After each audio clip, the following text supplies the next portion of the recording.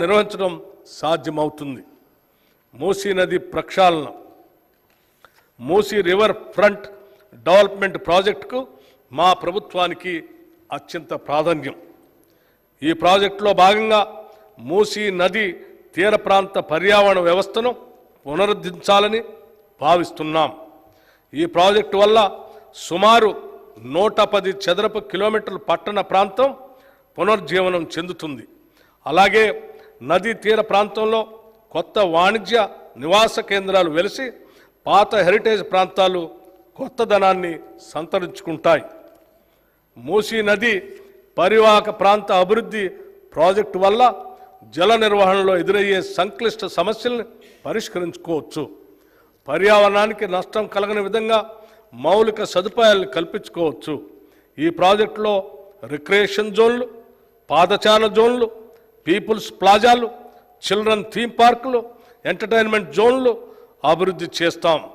ఈ ప్రాజెక్టు యొక్క ముఖ్య లక్ష్యాలు ఆర్థిక కూడలి ఏర్పాటు, జీవన ప్రమాణాల పెరుగుదల, వారసత్వ సాంస్కృతిక సంపదను పరిరక్షించడం, నగర ప్రతిష్టను ఇనుమడింపజేయటం, పర్యాటక కేంద్రంగా తీర్చిదిద్దటం, పర్యావరణాన్ని మెరుగుపరచడం, మౌలిక సదుపాయాల్ని అభివృద్ధి పరచటం. ఈ లక్ష్యాలను సాధించే దిశగా ఇప్పటికే సామాజిక ఆర్థిక అనుభవ సర్వే, సోషియో ఎకనామిక్ ఎంజాయ్మెంట్ సర్వేను చేపట్టడానికి రెవెన్యూ శాఖలో 33 బృందాలను ఏర్పాటు చేశాం. మూసీ అభివృద్ధి లండన్ నగరంలో ఉన్న థేమ్స్ నదీ పరివాహక అభివృద్ధి తరహాల్లో జరుగుతుంది. ఈ మూసీ నది అభివృద్ధి అత్యంత ప్రతిష్టాత్మకంగా భవిష్యత్తులో దేశంలో అనుసరించదగిన అత్యుత్తమ మోడల్గా జరగాలన్నదే మా ప్రయత్నం జరుగుతుందనేదే మా ప్రగాఢ విశ్వాసం. హైదరాబాద్ నగర పాలక సంస్థ మరియు మెట్రోపాలిటన్ అభివృద్ధి సంస్థ హైదరాబాద్ నగర ప్రాధాన్యత దృష్ట్యా నగరాభివృద్ధికి మరింత పెద్దపీట వేయాలని ప్రభుత్వ ఉద్దేశం. 1 కోటికి పైగా జనాభా గల నగరానికి పౌర సేవలను మరింత సమర్థవంతంగా అందించడంలో GHMC, HMDA, metro water works ప్రధాన పాత్ర నిర్వహిస్తాయి. వాటి సేవలను ప్రజలకు మరింత మెరుగ్గా అందించేందుకు జిహెచ్ఎంసీ పరిధిలో మౌలిక వసతుల కల్పనకు 3065 కోట్ల రూపాయలు, హెచ్ఎండిఏ పరిధిలో మౌలిక వసతుల కల్పనకు 500 కోట్ల రూపాయలు, నగరానికి మంచినీటి మరియు డ్రైనేజ్ వ్యవస్థ మెరుగుపరచడానికి మెట్రో వాటర్ వర్క్స్కి 3385 కోట్ల రూపాయలు ఈ బడ్జెట్లో ప్రతిపాదించాం. ఇవి కాకుండా హైడ్రాకి 200 కోట్లు, ఎయిర్పోర్ట్ వరకు మెట్రో విస్తరణకు 100 కోట్లు, ఔటర్ రింగ్ రోడ్డు కొరకు 200 కోట్లు, హైదరాబాద్ మెట్రో రైలు ప్రాజెక్టుకు 500 కోట్లు, పాత నగరానికి మెట్రో విస్తరణకి 500 కోట్లు, multi modal suburban rail transport system కొరకు 50 కోట్లు, మూసీ రివర్ ప్రాజెక్టు కొరకు 1500 కోట్ల రూపాయలు ప్రతిపాదించాం. తెలంగాణ ఆర్థికంగా ఆయువు పట్టు అయిన హైదరాబాద్ నగరాభివృద్ధి సాధించినప్పుడే పలు రంగాలకు అవసరమైన వనరులు సమకూడి రాష్ట్రాభివృద్ధికి దోహదపడుతుంది. ఇది దృష్టిలో పెట్టుకొని నగరాభివృద్ధికి ఎన్నడూ లేని విధంగా భారీ ఎత్తున 10,000 కోట్ల రూపాయలు ఈ బడ్జెట్లో ప్రతిపాదిస్తున్నాం. Regional ring road, outer ring road నిర్మాణం హైదరాబాద్ నగరానికి మణిహారం. ఔటర్ రింగ్ రోడ్డు నగరం చుట్టూ ఉన్న పలు ప్రాంతాలను అనుసంధానం చేయడంతో హైదరాబాద్ నగరాభివృద్ధికి మరింత వేగవంతమైంది. ఇలాంటి ఫలితాలను రాష్ట్రంలో మరిన్ని ప్రాంతాలకు విస్తరించేందుకు ప్రస్తుతం చేపడుతున్న రీజనల్ రింగ్ రోడ్ దోహదపడుతుంది.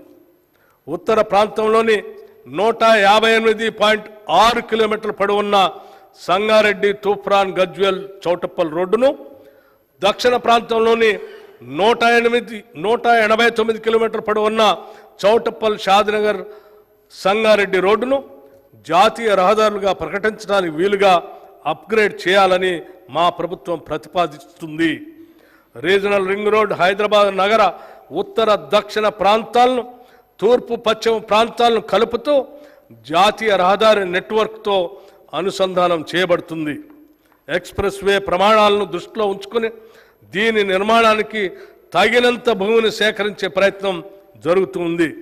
పెరుగుతున్న ట్రాఫిక్ రద్దీకి అనుగుణంగా తొలుత 4 లేన్లతో నిర్మించి దాని 8 లేన్ల సామర్థ్యానికి విస్తరింపచేస్తాం. ఈ ప్రాజెక్టు వల్ల ఓఆర్ఆర్కు మరియు త్రిబుల్-ఆర్కు మధ్య పలు పరిశ్రమలు, వాణిజ్య సేవలు, రవాణా పార్కులు మొదలైనవి అభివృద్ధి చెందుతాయి. ప్రాథమిక అంచనాల ప్రకారం త్రిబుల్-ఆర్ ఉత్తర ప్రాంతం అభివృద్ధికి 13,522 కోట్ల రూపాయలు, దక్షిణ ప్రాంత అభివృద్ధికి 12,980 కోట్ల రూపాయలు ఖర్చు అవుతుంది. దీనికోసం ఈ బడ్జెట్లో 1,525 కోట్ల రూపాయలు ప్రతిపాదిస్తున్నాం. స్త్రీ శిశు సంక్షేమం, బాలికలకు పౌష్టికాహారాన్ని అందించడంతో పాటు విద్యను కూడా అందించాలనే సంకల్పంతో అంగన్వాడీ కేంద్రాలను ప్రీ స్కూల్గా మార్చాలని నిర్ణయించాం. అలాగే అమ్మ ఆదర్శ పాఠశాల కమిటీలను ఏర్పాటు చేసి పాఠశాల నిర్వహణను అప్పగిస్తాం. రాష్ట్రంలోని అన్ని ప్రభుత్వ పాఠశాలల్లో పారిశుధ్యం, మరమ్మతులు, నిర్వహణ మహిళా సంఘాల ద్వారా చేపట్టాలని అనుకుంటున్నాం. దీని ద్వారా ప్రభుత్వ పాఠశాలలో విద్యా ప్రమాణాలను పెంచి నాణ్యమైన విద్యను అందించాలన్నదే మా లక్ష్యం. స్త్రీ శిశు సంక్షేమానికి ఈ బడ్జెట్లో 2,736 కోట్ల రూపాయలు ప్రతిపాదిస్తున్నాం. ప్రజాస్వామ్యం అనేది బలవంతులకి మరియు బలహీనులకి సమాన అవకాశాలు కల్పించేది. పూజ్య Bapuji Mahatma Gandhi, I understand democracy as something that gives the week the same chance as the strong అని మహాత్మా గాంధీ గారు చెప్పినట్టుగా నమ్మిన పై సిద్ధాంతాన్ని అనుసరిస్తూ షెడ్యూల్డ్ కులాలు మరియు షెడ్యూల్డ్ తెగల వారికి సమాన అవకాశాలు కల్పించే దిశగా మా ప్రయత్నాలు ఉంటాయి. ఇప్పటికే మా ప్రభుత్వం ఆదివాసీల కొరకు కొమరం భీం కార్పొరేషన్, లంబాడాల కొరకు సంత్ సేవాలాల్ కార్పొరేషన్, ఎరుకల కొరకు ఎరుకల కార్పొరేషన్ ఏర్పాటు చేసింది.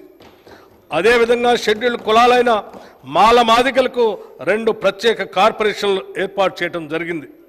పై కార్పొరేషన్ల ద్వారా ఈ వర్గాల అభివృద్ధి మరియు సంక్షేమ కార్యక్రమాలు చేపడతాం. ప్రతి సంవత్సరం వర్షాకాలంలో వాగులు, వంకలు ఉప్పొంగి మారుమూల గ్రామాలకు, తండాలకు ప్రపంచంతో సంబంధం తెగిపోతుంది. ఆ సమయంలో అత్యవసర వైద్య సహాయం రోగులకు, గర్భిణీ స్త్రీలకు అందించడం ఒక సాహస కార్యక్రమం కన్నా తక్కువేమీ కాదు. మామూలు సందర్భాల్లో కూడా ఈ ప్రాంతాల్లో నివసించే ప్రజలు చిన్న చిన్న పనులకు కూడా పక్క ప్రాంతాలు వెళ్ళటానికి ఎంతో వ్యయ ప్రయాసాలు కోర్చి ప్రయాణం చేయవలసి వస్తుంది. అందుకే అలాంటి మారుమూల ప్రాంతాలన్నింటికీ సరైన రోడ్డు సౌకర్యం కల్పించగలిగితే వారికి ఎంతో సౌలభ్యంగా ఉంటుంది. ఇందుకోసం రాష్ట్రంలోని అన్ని మూలల్లో రోడ్డు సౌకర్యం లేని షెడ్యూల్ తెగల తాండాలు, గోడాలు మరియు చెంచు పెంటలకు బీటీ రోడ్డు నిర్మాణం చేపట్టబోతున్నాం. దీనివల్ల వారి దైనందిన జీవితం సులభతరం అవుతుంది. గత ప్రభుత్వం 500 పైన జనాభా కలిగిన షెడ్యూల్డ్ నివాస ప్రాంతాలను గ్రామ పంచాయతీలుగా మార్చింది. అక్కడితో వాటిని మర్చిపోయింది. వారికి అవసరమైన కనీస సదుపాయాలు ఇప్పటికీ లేవు. వాటిని అభివృద్ధి పరిచే దిశగా మా ప్రభుత్వం ఈ కొత్త పంచాయతీలన్నిటికీ గ్రామ పంచాయతీ కార్యాలయాలు కట్టించాలని సంకల్పించాం. గిరిజనుల సంస్కృతి, ఆచారాలు, పండుగలు అత్యంత వైవిధ్యభరితంగా ఉంటాయి. వాటిని పాటిస్తూ కాపాడుకోవాల్సిన వారు ప్రాధాన్యం కూడా ఇస్తారు. ఇది పరిరక్షించడం మన బాధ్యత కూడా. అందుకే ఆసియాలోనే అతిపెద్దదైన సమ్మక్క సారలమ్మ మేడారం జాతరని అత్యంత వైభవంగా ఫిబ్రవరి 2024లో 100 కోట్లు ఖర్చు పెట్టి నిర్వహించాం. అంతేకాకుండా సంత్ సేవాలాల్ జయంతికి కూడా 2 కోట్లు, నాగోబా జాతర నిర్వహణకి 1 కోటి రూపాయలు మంజూరు చేశాం. రాష్ట్రంలో ఉన్న అన్ని రకాలైన గురుకుల పాఠశాల విద్యార్థులకు అంతర్జాతీయ ప్రమాణాలతో కూడిన విద్య, వసతి అందించేందుకు ప్రభుత్వం ఇంటిగ్రేటెడ్ రెసిడెన్షియల్ పాఠశాలలో నెలకొల్పటానికి నిర్ణయించింది. ఒకే ప్రాంతంలో వేరువేరుగా ఉన్న ఎస్సీ, ఎస్టీ, బీసీ, మైనారిటీ మరియు జనరల్ గురుకుల పాఠశాలను 20 ఎకరాల స్థలంలో ఒకే చోట నిర్మిస్తాం.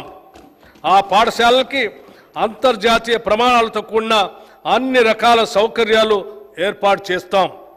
దీనితో వివిధ వర్గాల విద్యార్థుల మధ్య సంఘీభావం మరియు స్నేహభావం పెరిగి అంతరాలు తొలగిపోయేందుకు ఆస్కారం ఏర్పడి అందరికీ అత్యున్నత ప్రామాణిక విద్య అందుతుంది.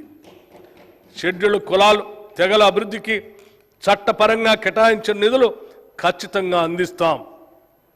ఆ నిధులు వేరే ఎటువంటి పథకాలకు మళ్లించకుండా 100% షెడ్యూల్డ్ కులాలు తెగల కోసమే ఉపయోగిస్తాం. ఎస్సీ సంక్షేమం ఎస్సీ ఎస్డిఎఫ్ కొరకు ఈ బడ్జెట్లో 33,124 కోట్ల రూపాయలు మరియు ఎస్టీ సంక్షేమం ఎస్టీ ఎస్డిఎఫ్ కొరకు ఈ బడ్జెట్లో 17,056 కోట్ల రూపాయలు ప్రతిపాదిస్తున్నాం. మైనార్టీ సంక్షేమం మైనార్టీ వర్గాల హక్కుల పరిరక్షణ అభివృద్ధితోనే రాష్ట్ర సమగ్రాభివృద్ధి సాధ్యం. దాన్ని గుర్తించిన మా ప్రభుత్వం మైనార్టీల సంక్షేమం కొరకు పలు చర్యలు చేపట్టింది. బీసీ ఎస్సీ ఎస్టీ విద్యార్థులతో పాటు మైనార్టీ విద్యార్థులకు 2024-25లో యూపీఎస్సీ సివిల్ సర్వీస్ పరీక్షలకు ఉచిత శిక్షణ ప్రభుత్వమే చేపట్టింది. దీనికోసం అనుభవజ్ఞులైన ఆచార్యుల సేవలను వినియోగిస్తున్నాం. శిక్షణ అత్యంత ఆధునిక విధానంలో ఇవ్వడంతో పాటు లోకల్ విద్యార్థులకు నెలకి 2,500 రూపాయలు, నాన్ లోకల్ అభ్యర్థులకి 5,000 రూపాయలు స్టైఫండ్ కూడా ఇస్తున్నాం. ఈ సంవత్సరం రంజాన్ వేడుకలకి 33 కోట్ల రూపాయలు మరియు అషూర్ ఖానాల పునరుద్ధరణకు నిర్వహణకు 50 లక్షల రూపాయలు మంజూరు చేశాం. జనవరి 2024లో జరిగిన తబ్లికీ జమాత్ ఇస్లామిక్ సమావేశానికి 2.40 కోట్ల రూపాయలు విడుదల చేశాం. ముస్లిం సోదర సోదరీమణుల హజ్ యాత్రకు 4.43 కోట్ల రూపాయలు ఈ నెలలోనే మంజూరు చేశాం. మైనార్టీ సంక్షేమ శాఖకు ఈ బడ్జెట్లో ఎప్పుడూ లేని విధంగా 3,003 కోట్ల రూపాయలు ప్రతిపాదిస్తున్నాం. బీసీ సంక్షేమం మన రాష్ట్ర జనాభాలో అత్యధిక శాతం ఉన్న వెనుకబడిన తరగతుల అభ్యున్నతికి మా ప్రభుత్వం కట్టుబడి ఉంది. వారి వికాసానికి పలు పథకాలని ప్రవేశపెడుతున్నాం. కళ్ళు గీత కార్మికులు తరతరాలుగా తమ వృత్తిని నమ్ముకొని జీవిస్తున్నారు. కళ్ళు గీసే క్రమంలో వారు తరచుగా ప్రమాదాలకు గురై ప్రాణాలు పోగొట్టుకుంటున్నారు లేదా శాశ్వతంగా వికలాంగులు అవుతున్నారు. అటువంటి పరిస్థితుల్లో వారి కుటుంబం మొత్తం ఆర్థిక ఇబ్బందుల్లోకి నెట్టబడుతున్నారు. అయితే ఈ మధ్య కొత్త సాంకేతికతతో గీత కార్మికుల ప్రాణాలు కాపాడే ఒక పరికరం ఐఐటి హైదరాబాద్ వారు తయారు చేశారు. ప్రభుత్వం ఈ పరికరాన్ని పరిశీలించి రాష్ట్ర వ్యాప్తంగా ఉన్న కళ్ళు గీత కార్మికులకి అందజేయాలని నిర్ణయించింది. ఈ కిట్ యొక్క